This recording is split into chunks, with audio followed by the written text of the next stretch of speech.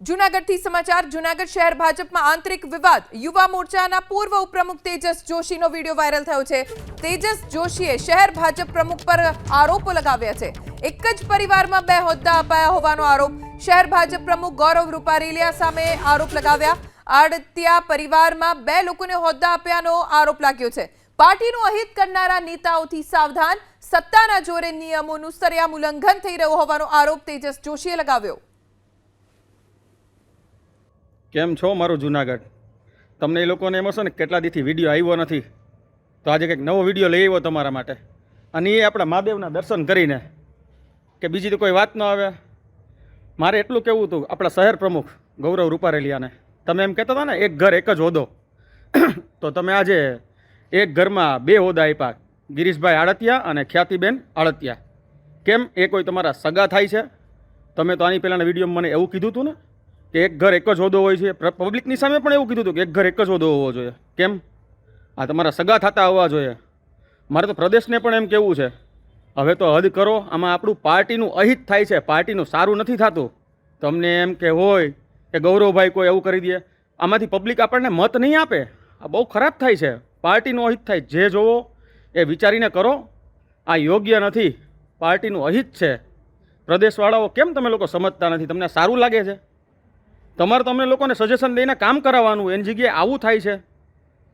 ભગવાન તમને બધાને સદબુદ્ધિ આપે જૂનાગઢ શહેર ભાજપમાં પહેલીવાર વિવાદ થયો હોય એવું નથી અગાઉ પણ આ જ બંને નેતાઓ વચ્ચે આરોપો લાગ્યા છે વ્યાજખોરી કરે છે તેવા આરોપો લાગ્યા છે અને હવે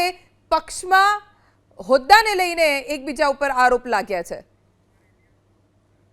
જૂનાગઢ શહેર ભાજપ પ્રમુખ ગૌરવભાઈ રૂપારેલિયા આપણી સાથે જોડાઈ ગયા છે ગૌરવભાઈ આરોપ લાગ્યો છે આપની ઉપર કે આપ પાર્ટીનું અહિત કરો છો એક જ પરિવારમાંથી બે હોદ્દા આપ્યા છે ખોટી વાત છે બેન માફ કરજો આપનો અવાજ નથી આવતો બેન ખોટી વાત છે જી આપના ઉપર લાગેલા આ આરોપો વિશે આપનું શું કહેવું છે કેમ કે તેજસ જોશીએ પહેલીવાર તમારી ઉપર આરોપ નથી લગાવ્યા ગૌરવભાઈ અગાઉ પણ આપના બંને વચ્ચે મતભેદ થયા છે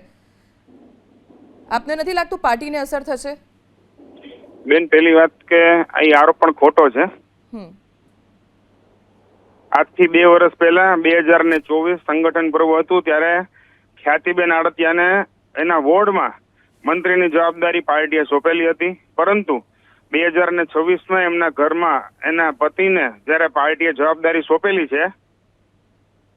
ત્યારે એમના પત્નીનું રાજીનામું આવી ગયું છે બેન આજે એ રાજીનામું આવી ગયું છે એને પણ ઘણો સમય થઈ ગયો છે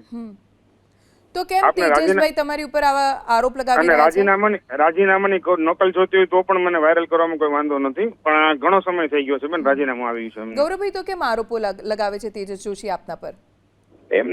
એમને હોદ્દો નથી મળ્યો એટલે એ જ કારણ છે કે અન્ય કોઈ કારણ છે ના બીજું કોઈ શું કારણ નથી કેમ કે આ પહેલી વાર નથી કે તેજસ જોશી તરફથી આપની ઉપર આવા આરોપો લાગ્યા હોય ખરી વાત છે આપની એમણે તો એવું પણ કીધું છે કે સત્તાના જોરે નિયમોનું સરેઆમ ઉલ્લંઘન થાય છે નહીં એવું પાર્ટી સિસ્ટમને વરેલી પાર્ટી છે બેન એક પણ પ્રકારનું અશિસ્ત થયેલું નથી એમના પતિને જ્યારે પ્રમુખની જવાબદારી મળી ત્યારે એમનું રાજીનામું આવી ગયેલું છે ગૌરવભાઈ કેમ તેજસ જોશીને તમે હજી સુધી સસ્પેન્ડ નથી કર્યા આટલા પર્સનલ આરોપો તમારી ઉપર લગાવે છે અને આ પહેલી વાર નથી જ્યારે તેમને તક મળે છે ત્યારે પુરાવા સાથે તેમણે આરોપો લગાવ્યા છે તમારી ઉપર કે ગૌરવભાઈ આવું કરે છે આમ કરે છે તો પછી કેમ તમે સસ્પેન્ડ નથી કરતા તેમને શીર્ષ નેતૃત્વ સાથે ચર્ચા કરીને વહેલી તકે પગલાં લેવામાં આવશે હજી સુધી ચર્ચા નથી કરી કેમ કે જૂનાગઢ શહેર ભાજપમાં બધું બરાબર છે એવું લાગતું તો નથી બેન આ પ્રક્રિયા છે એને વાર લાગશે એટલે થઈ જશે બેન આપની લાગણી છે ને જે તમે કાયદાકીય રીતે પણ આગળ વધી શકો છો આટલી ખરાબ રીતે જો બદનામ કરતા હોય આપને તો તમે બદનક્ષીનો પણ દાવો કરી શકો છો પ્રદેશનું માર્ગદર્શન લઈને બેન અમે આગળ વધીશું નહીં પણ એનાથી કાર્યકર્તાઓની માનસિકતા ઉપર અસર નહીં થાય બેફામ એમના વિડીયોઝ આવે છે મંદિરની બહારથી ઊભા તમારી ઉપર આરોપ લગાવે છે મહાદેવના આશીર્વાદ લઈને કહું છું એમ બોલે છે મંદિરની બહાર ઊભા હોવાથી કોઈ માણસ સાચો નથી થઈ જતો અને કોઈ વ્યક્તિના પુરાવા વગરની વાત હોય અને કોઈ વ્યક્તિના બેન જ્યારે કાર્યકર્તાઓની નિમણૂક થાય છે ત્યારે એની જવાબદારીની પ્રેસ નોટ આવે જવાબદારીનું પેપરમાં આવે અને કાર્યકર્તાઓને અભિનંદન આપે કોઈના રાજીનામા લેવાય એનું કઈ વાયરલ ન થાય ને બેન એ પક્ષના પ્રમુખના રાજીનામા આપતા હોય છે બેન ગૌરવભાઈ આભાર એબીપી અસ્મિતા સાથે વાત કરવા માટે. આપણી સાથે ગિરીશભાઈ આડતિયા જોડાઈ ગયા છે. ગિરીશભાઈ, એ વાત સાચી છે કે આપના પરિવારમાંથી આપને અને આપના પત્ની બંનેને હોદ્દા આપવામાં આવ્યા છે? નહીં, બંને હોદ્દા નથી. કે મારા વાઈફનું જે હતું એ રાજીનામું અગાઉ આપેલું છે અને પછી મને હોદ્દો મળેલો છે. તો તેજસ જોશી કેમ આટલા આરોપ લગાવી રહ્યા છે? એને જાણ ના હોય ને, રાજીનામું મારે છે ને વોર્ડ પ્રમુખને આપવું, એ શહેર પ્રમુખને આપે. એ આપણે જોશીને આપવાની જરૂર ન હોય ને બેન.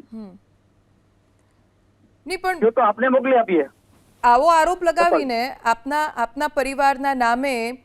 ગૌરવભાઈ ઉપર આરોપ લગાવીને તેજસ જોશીને શું મળવાનું? એને ખોટી પ્રસિદ્ધિ મળે. સસ્તી પ્રસિદ્ધિ લેવા માટે જ આ કાર્ય કરે છે. એટલે એમણે જે આરોપ લગાવ્યો એ ખોટો છે? સાવ ખોટો બેન, સાવ ખોટો. એની નકલ પણ તમને આપને મોકલી આપીશ કે વોટ્સએપ પર. આપને હોદ્દો ક્યારે મળ્યો અને આપની પત્નીએ રાજીનામું ક્યારે આપ્યું? રાજીનામું આપ્યું લગભગ એક મિનિટ, તારીખ તારીખ મોકલી 20/2. અને આપને હોદ્દો ક્યારે મળ્યો? મને હોદ્દો મળ્યો 26 તારીખે. ઓકે, એ પહેલા રાજીનામું આપી દીધું હતું? હા, પેલા આપી દીધું. નકલ મોકલી આપીશ આપને. મારી પર મને જે પદ મળ્યું એની પણ નકલ મોકલી આપીશ અને રાજીનામા પણ મોકલી આપીશ આપને વોટ્સએપમાં. ગિરીશભાઈ, બે જૂથ પડી ગયા છે જુનાગઢ શહેર ભાજપમાં,